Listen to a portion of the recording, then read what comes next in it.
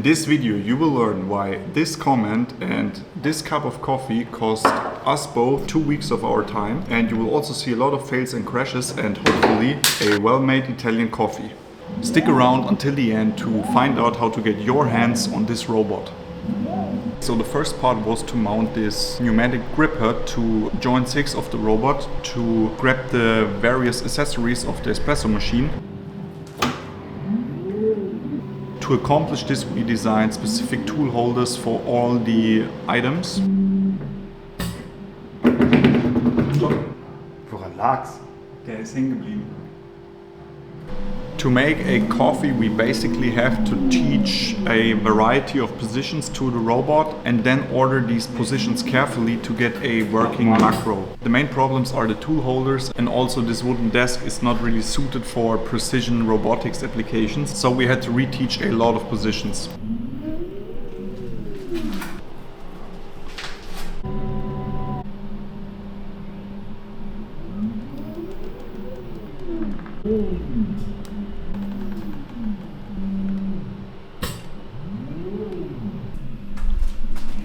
We had a hard time because of the bearing design in joint 6. It wasn't really refined yet.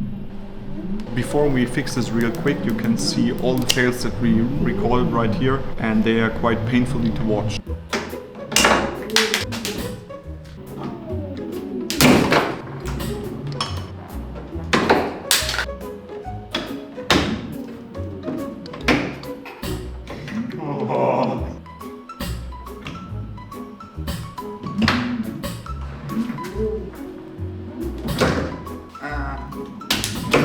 One consequence was that the motor shaft of joint 3 slipped.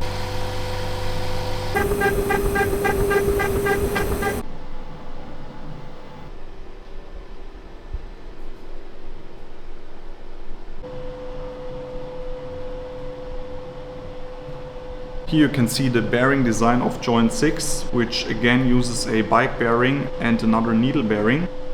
And with this change we had the first real success.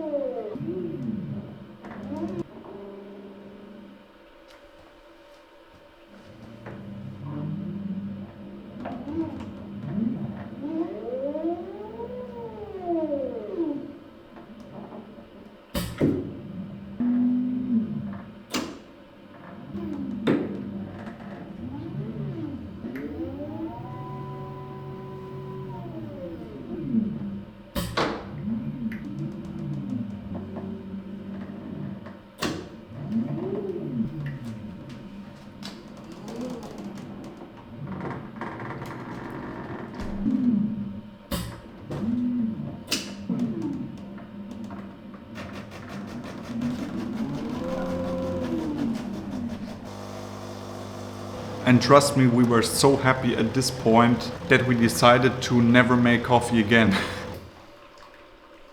Zack, fertig.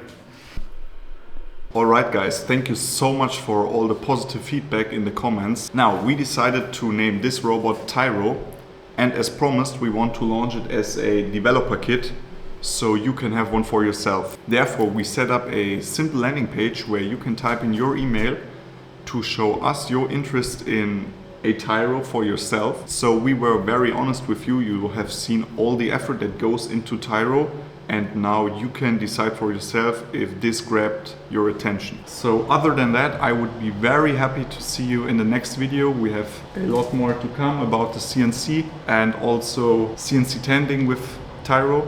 So see you in the next video. Thanks.